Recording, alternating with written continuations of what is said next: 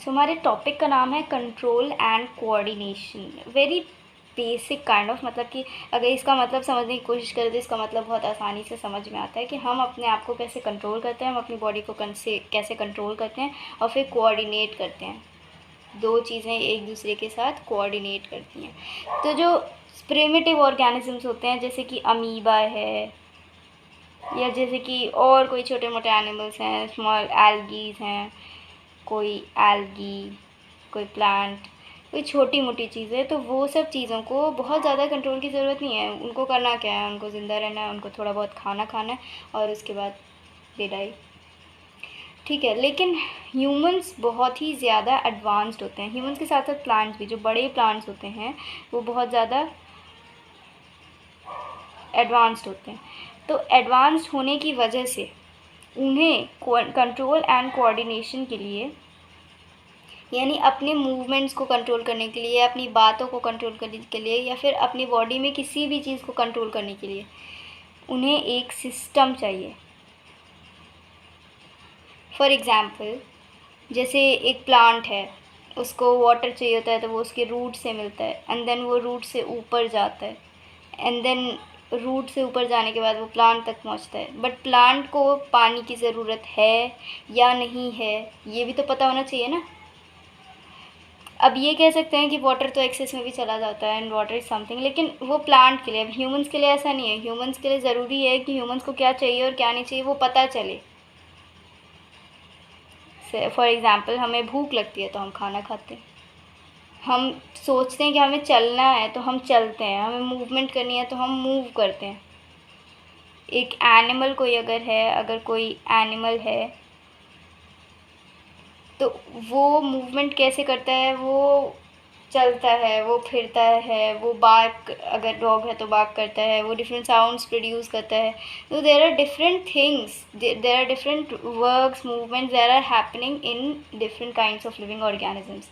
इंसानों में क्या क्या होता है वो हम देख ही चुके हैं। लाइक हम चलते हैं, हम फिरते हैं, हम बातें करते हैं, हम बुक्स पढ़ते हैं, हम लिखते हैं, हम सोचते भी हैं, बहुत देर तक बैठ कर सोचते भी रहते हैं, फिर उसके बाद हम सो भी जाते हैं, फिर हम उठ भी जाते हैं। बहुत सारे काम हैं, मीन्स एवरीथिंग जो हम सोच सकते हैं कि हम करते हैं वो हमारी बॉडी में होता है।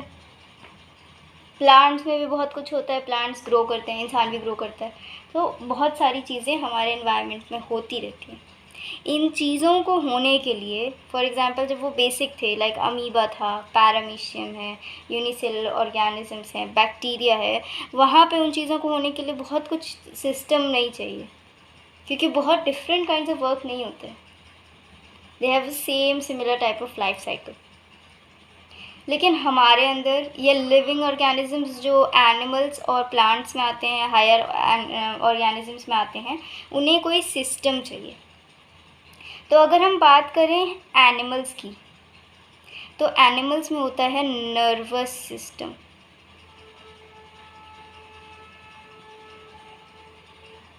अब नर्वस सिस्टम में स्टार्टिंग में हम थोड़ा सा पढ़ते हैं एक छोटी सी चीज़ के बारे में जिसको कहते हैं रिफ्लेक्स एक्शन।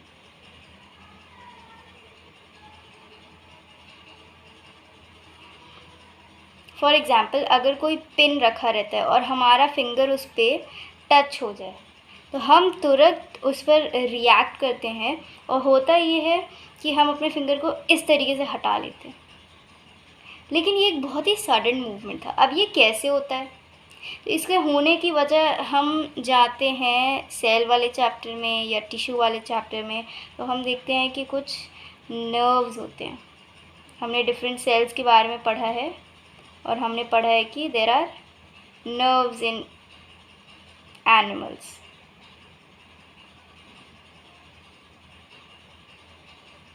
एंड नर्व्स के डिफरेंट पार्ट्स होते हैं, तो हम उन पार्ट्स को रिकॉल करते हैं।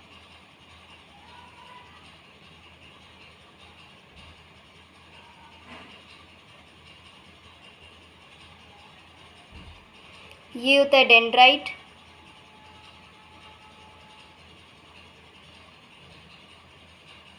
ये होता है सेल बॉडी, या फिर इसे साइटोन कहते हैं।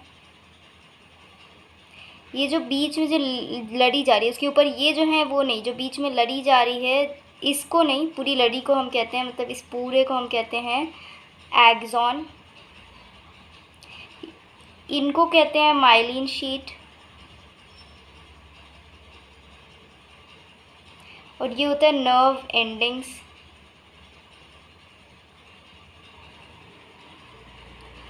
और इसके बाद जो थोड़ा सा स्पेस होता है अगले नर्व को आने का, अगला बिल्कुल इसी तरीके से यहाँ पे आता है, इस स्पेस को हम कहते हैं साइनैप्स। यहाँ पे केमिकल्स होते हैं। अब ये जो एक छोटा सा मतलब कि हम कह सकते हैं नर्व का डायग्राम है, ये काइंड ऑफ इम्पल्स को ट्रैवल करवाता है। कैसे कि यहाँ से इलेक्ट्रिकल सिग्नल्स इसमें जाती हैं। ये सेल का न्यूक्लियस है, यहाँ पर जैसे एक स्पेस है, तो न्यूक्लियस में से इस तरीके से उभर के आती हैं कुछ हैंड्स, और वो हैंड्स जो हैं वो उन इम्पल्सेस को, उन इलेक्ट्रिकल सिग्नल्स को अपने अंदर लेती हैं।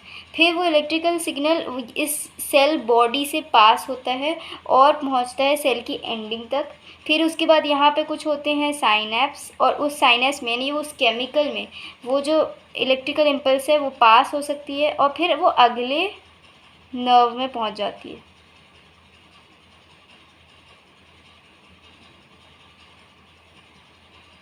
ये तो था नर्व कैसे फंक्शन करता है। अब रिफ्लेक्स एक्शन में क्या होता है कि जैसे ये पिन हमें चुभा, तो होता क्या है कि ये जो नर्व्स की एंडिंग्स यहाँ पे होती हैं और ये जो नर्व की स्टार्टिंग्स यानी डेंड्राइट्स जो होती हैं, जो कि इम्पल्स लेती हैं, वो हमारे डिफरेंट बॉडी के हिस्सों में इस तरीके से लगी हुई रहती हैं।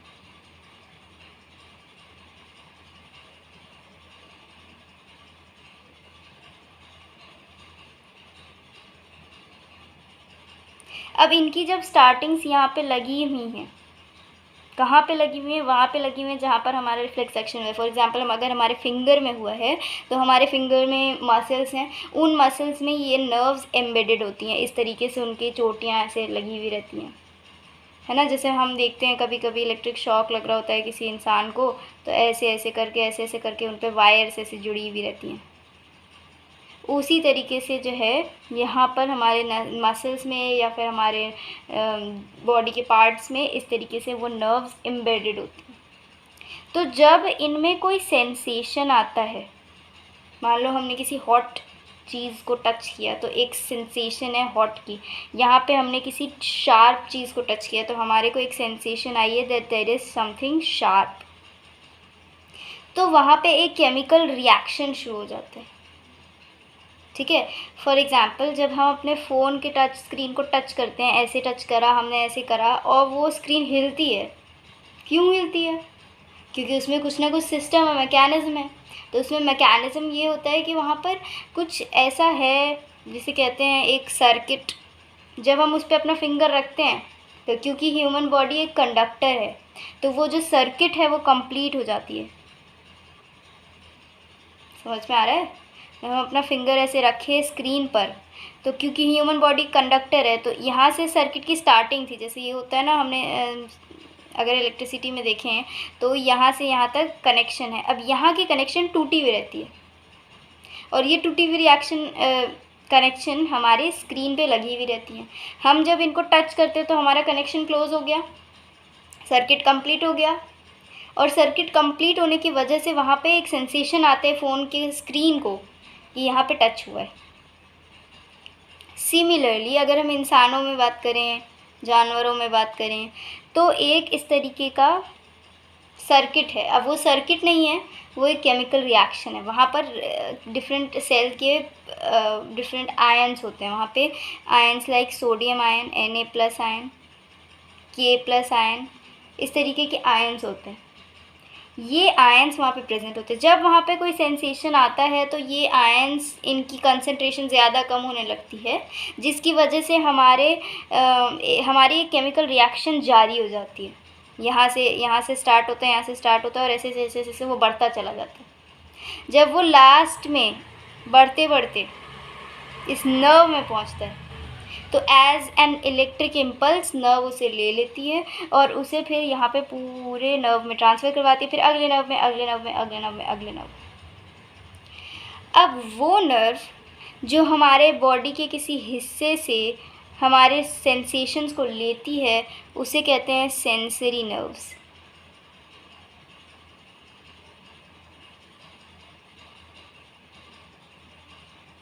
और ये जहाँ से लेती है उसे कहते हैं न्यूरोमस्कुलर जंक्शन।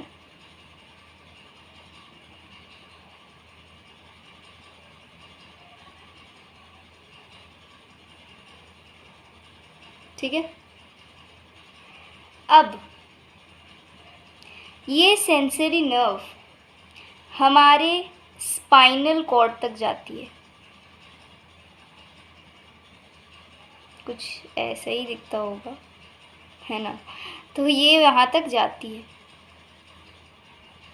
अब मेनली हम ये जानते हैं कि हमारे जो ये सब जितने भी हमारे मूवमेंट्स मैकेनिज्म्स होते हैं वो हमारी ब्रेन तक जाती है, फिर हमारा ब्रेन उसे इंटरप्रेट करता है और फिर हमारा ब्रेन उसे यहाँ पे छोड़ता है और तब जाके हम कुछ करते हैं। ठीक है। अब ये स्पाइनल कॉर्ड एक्चुअली में होता क्या है, हमारी बॉडी के जो डिफरेंट हिस्से हैं उसमें डिफरेंट टाइप्स ऑफ नर्व्स हैं, यहाँ नर्व है, यहाँ नर्व है, यहाँ नर्व है, यहाँ नर्व है। वो सारे नर्व एक बंडल में जाके यहाँ बीच में, बॉडी के बीचों बीच में एक स्पाइनल कॉर्ड बना देते हैं। वो सारे नर्व्स ऐसे मिलते हैं जाके उसमें और एक मोटा बंडल ऑफ नर्व्स बना देते हैं जिसे हम क्या कहते हैं, स्पाइनल कॉर्ड कहते हैं। और फिर उसके बाद ये जो नर्व्स हैं ये हमारी ब्रेन को कनेक्ट हो जाती है और इस तरीके से हम किसी भी चीज़ को सेंस कर पाते हैं। अब डिफरेंट चीज़ों को सेंस करने के लिए हमारे पास different types of sensory nerves हैं या फिर सेंसरी रिसेप्टर्स हैं। अगर हम कुछ स्मेल करते हैं तो जैसे हमने केमिस्ट्री में पढ़ा है कि ऑल्फैक्टरी इंडिकेटर्स होते हैं, वो इंडिकेटर्स जो कि स्मेल से, जिनकी स्मेल चेंज हो जाती है तो हमें पता चलता है कि एसिड है या बेस। उसी तरीके से ऑल्फैक्टरी रिसेप्टर्स वो होते हैं जो हमारे नोज़ में होते हैं जाकि जिससे हम स्मेल कर पाते हैं। उसके बाद हमारे गस्टेटरी रिसेप्टर्स होते हैं जिससे हम टेस्ट कर पाते हैं। देयर आर डिफरेंट टेस्ट और उनको टेस्ट करने के लिए हमारे पास डिफरेंट रिसेप्टर्स हैं। Olfactory is for smell and gustatory is for taste.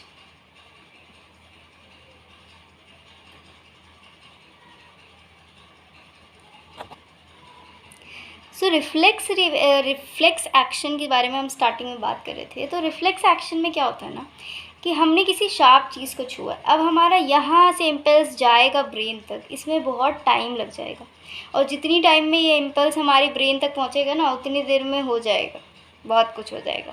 हमारी उंगली पंचर हो जाएगी, उसमें से ब्लीडिंग हो चुकी होगी और बहुत कुछ हो चुका होगा। उसी तरीके से किसी गर्म चीज़ को अगर टच कर लें और हमारा ब्रेन तक पहुंचने में अगर लगे तो उतनी देर में हाथ जल चुका होगा।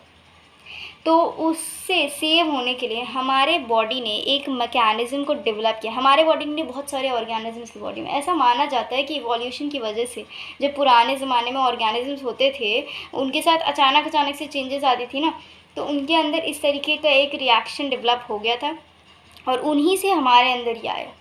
तो रिफ्लेक्स एक्शन में क्या होता है कि ये जो सेंसरी नर्व्स हैं ये स्पाइनल कॉर्ड से ब्रेन में जाने से पहले ही स्पाइनल कॉर्ड में ही इस तरीके से एक नर्व से जुड़ जाती है।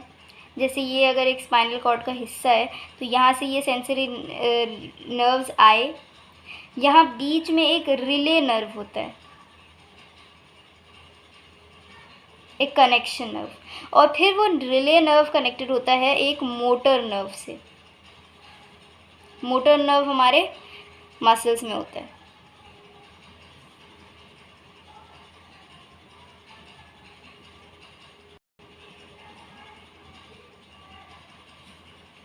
और फिर इस तरीके का एक छोटा सा रिएक्शन, एक्शन, एक छोटा सा मूवमेंट हो रहा होता है।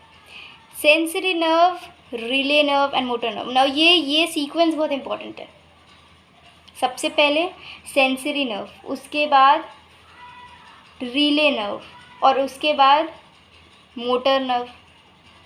और ये जो मोटर नर्व और सेंसरी नर्व है ना, ये एक्चुअली में एक ही साथ है, काइंड ऑफ एक लेन होता है ना, टू साइड लेन, एक तरफ से गाड़ी इधर जा रही है, एक तरफ से गाड़ी इधर जा रही है। उसी तरीके से यहाँ से सेंसरी नर्व ऊपर जा रही है हमारे मसल से, हमारे या फिर जो भी हमारा पार्ट है जिस पे कोई प्रॉब्लम हुई है, रिसेप्टर